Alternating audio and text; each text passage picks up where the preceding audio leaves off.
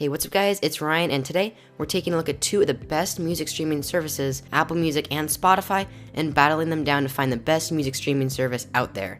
10 years ago, Spotify was created and is now one of the top 5 most popular music streaming services in the world. They have accumulated over 75 million users, so as you would imagine, other companies would want to get on the action because it's making a lot of money, so we were brought Apple Music from Apple because they like their money. After the initial release of Apple Music in June of 2015, they have pulled in around 13 million users to this day and are still growing. So for this comparison, I'm breaking it up into the different categories: pricing and free stuff, exclusives, app design, and features, and the radio streaming service that each one provides, because each one excels in its own way. First up is the price of the service and what you can get for free. For individuals, Spotify and Apple Music are both $10 a month, and for the family plan, Apple Music has a flat rate of $15 a month for up to 6 people. Spotify recently changed to the same pricing, thank goodness, whereas it used to be a lot more. This is an example of how competition can help the users because companies are going to battle down to find the lowest and most convenient pricing scheme. Something to note is that both services offer a student discount for $5 a month total for students attending eligible colleges. But what do you get for free? Well, with Spotify you get access to streaming the entire library similar to Pandora with ads. On the other hand, with Apple Music, you aren't given anything for free. You can buy individual songs or albums through iTunes, but there's no streaming service. You do, however, get Beats One, their 24/7 radio streaming service. Overall in this category, because of the free streaming service with ads, I'm going to have to give the win to Spotify.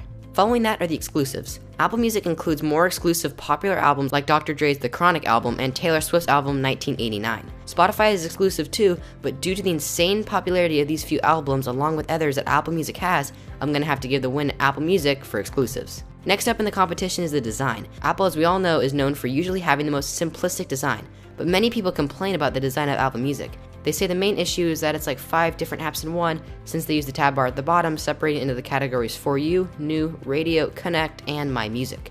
Spotify has been making some changes recently to their app where they switched from the slide-in menu to the tab bar as well. Now they are quite similar, the main visual difference being the color scheme. Luckily, iOS 10 is coming out in the fall where we're going to see the developer beta it tomorrow, and it's rumored to feature a dark mode theme throughout the operating system, which would accommodate those liking the dark look of Spotify better. But this is just a rumor, and I'll have a for sure answer on whether this becomes true or not on screen now and in the description below if you're on a mobile device. Apple Music supports all Apple products as well as Windows computers and Android devices. Spotify does the same with the additional support for Windows Phone, except Spotify is currently nowhere to be found on the new Apple TV, but we will probably see this sometime soon. When it comes to Spotify, the design of the app is the same throughout all platforms, even Windows Phone. The same goes for Apple Music when it comes to the desktop through the iTunes app, which looks the same everywhere, but when it comes to the mobile version, it looks completely different from iOS and Android.